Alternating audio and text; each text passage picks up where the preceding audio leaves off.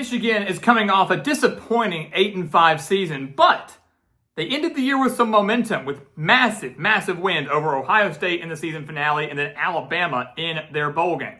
A major reason, though, for Michigan's struggles last year was their quarterback play. They didn't have one. They played three different quarterbacks in Alex Orji, Davis Warren, and Jack Tuttle. Those three quarterbacks combining for just 1,655 yards, 12 touchdowns, and 13 interceptions. The million-dollar question now is who will take over as quarterback for the Wolverines in 2025? Will they be better? And can Michigan get back to competing for a spot in the college football playoff? So welcome back to the Gridiron Expert, guys. So glad you could join us today to talk about the Michigan quarterback battle. There's only two guys that are fighting for this spot entering next season. As always, please continue to like, comment, subscribe, share our videos, and check out everything down in the description below. As always, we've got our expert picks over on thegridironexpert.com. We've got our newsletters. We've got everything down there for you to take advantage of because, again, here at the Gridiron Expert, the offseason doesn't exist. We are talking college football with you 24/7, 365. We've got nonstop videos, nonstop content both here and on our website. We want you to take advantage of it to get your college football fix every single day because the season will be here before you know it. So let's take a look at Michigan. I'm very excited about this team this year because 8-5 isn't a bad year by any means, right? But considering you were the reigning national champions and things like that, people thought Michigan should compete a little bit more. And they were struggling so bad earlier in the year. And I think that was evident in week 1 against Fresno State, and they got torched against Texas.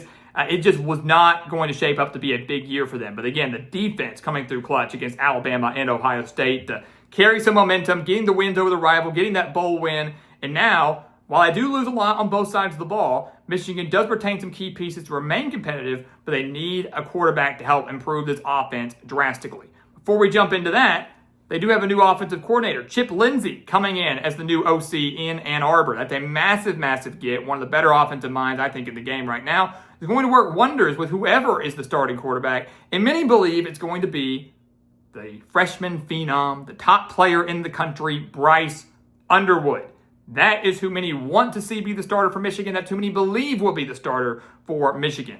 Underwood was the number 1 player in the country, the number 1 high school recruit in the country, and he shocked the nation by flipping his commit not too long ago, flipping his commitment from LSU to Michigan. It's amazing what some NIL money can do for a player. But he's got a great 6'4" frame, 210 pounds. I mean, if you looked at the pictures of him and a little bit of footage from him when in their bowl practices prepping for Alabama, he just looked like a monster.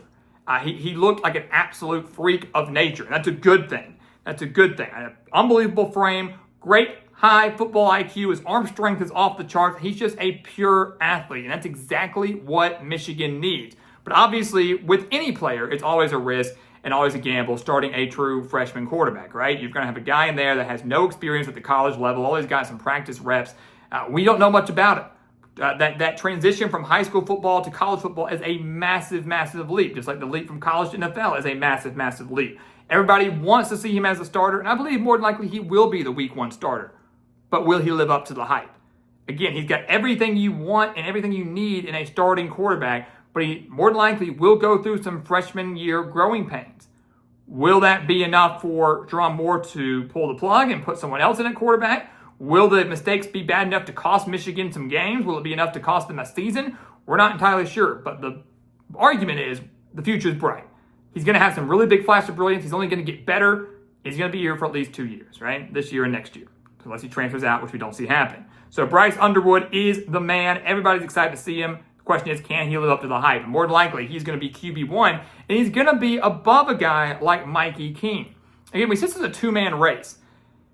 And I guess you really don't have to call it much of a race if you don't want to, because I think the general consensus is Underwood's going to be that guy. Mikey Keene is here as a capable backup to number 1, push Bryce Underwood, to help Bryce Underwood, and in the event that Underwood struggles mightily or were to go down with an injury, to give Michigan someone that has starting experience so that way their season is not a lost cause. This is an underrated transfer for the Wolverines. I don't think people realize how good of a transfer quarterback Mikey Keene is. Former UCF quarterback, former Fresno State quarterback, played in 39 games in his career, completed over 67% of his passes for 65 touchdowns and just 28 interceptions. He also had experience with the new offensive coordinator in Chip Lindsey. Back in 2022 at UCF, Keene was the quarterback there. Lindsey was the OC. He was off to a fantastic start to the year. Mikey Keene was completing over 72% of his passes for 647 yards and 6 touchdowns, but then he got injured. Transferred to Fresno State, and with the Bulldogs, has thrown for nearly 6,000 yards, 42 touchdowns, 21 interceptions, and compiled a 15-11 record, including a 9-4 record in 2023. He is a guy that I don't really think is going to be a true challenger for the starting job. I would be surprised if Mikey Keene got that starting job, but again, should give Michigan that peace of mind, knowing that if Underwood doesn't pan out, if Underwood does get hurt, Mikey Keene is more than capable. Has shown some flash of brilliance with his legs, ability to extend plays, really accurate passer, a true veteran who has starting experience at UCF and Fresno State. Wasn't just some bench warmer. He's in 39 games. This is a guy that is really underrated when it comes to those transfer portal quarterbacks, when it comes to the transfers across the board this year. If I'm Michigan, I'm feeling really good about my situation right now.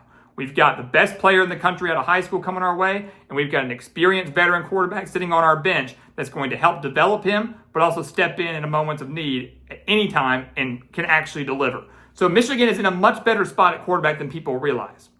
You know, we gave them so much crap about how bad their quarterback play was in 2024, and it was. And despite how bad it was, they still managed to win 8 games and beat the eventual national champions and then beat Alabama. It's pretty dang impressive. A lot of that contributes to the defense, but the defense should remain strong despite the piece they're going to lose. This is a very interesting team heading into 2025. Michigan could be in store for a big bounce-back season. This is a team, though, that does have to prepare for the brutal stretch of Big Ten conference play and some tough non-conference games as well. They open against New Mexico. So when Bryce Underwood more than likely gets that week 1 start, that's going to be a great opponent to get his feet wet, to get some early college reps against a team Michigan should win against handily. If he makes a few mistakes, that's okay. Let's clean it up. That's a great opening for the Wolverines. They're not going to thrust a true freshman quarterback into a game against a power opponent. But in week 2, they will. They have to go to Oklahoma. A couple of weeks later, in week 4, they have to go to Nebraska. They've got 2 really tough road games in the month of September that are going to test Bryce Underwood, that'll test Mikey Keene. And I think by the end of September, you'll know the type of season that Michigan's going to have. How well does Bryce Underwood and this team as a whole handle Oklahoma and Nebraska? Those aren't 2 world beaters by any means, but they're hostile environments.